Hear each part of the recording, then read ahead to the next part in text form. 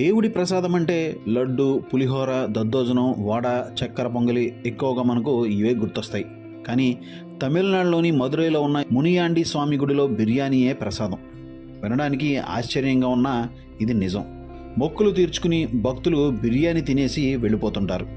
ఈ బిర్యానీ తింటే ఎలాంటి కోరికలైనా ఇట్టే నెరవేరిపోతాయని స్థానికుల నమ్మకం. మదురై జిల్లా తిరుమంగళం సమీపంలోని కల్లిగుడి వడకంపట్టి గ్రామంలో ఈ మునియాండి స్వామి కొలువై ఉన్నారు.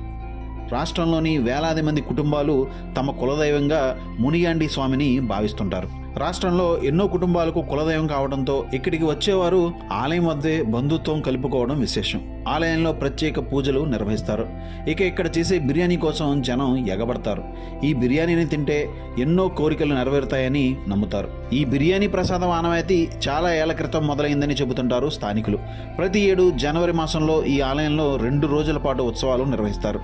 ఈ సందర్భంగా వేలాది మంది భక్తులు మునియాండి ఆలయానికి వస్తారు. వారి కోసం రుచికరమైన బిర్యానీలు వండుతారు. భక్తులు వీటినే ప్రసాదంగా స్వీకరిస్తారు. ఏడాదికి ఒకసారి జరిగే ఈ ఆలయ వేడుకలకు భక్తులు పెద్ద సంఖ్యలో హాజరవుతారు.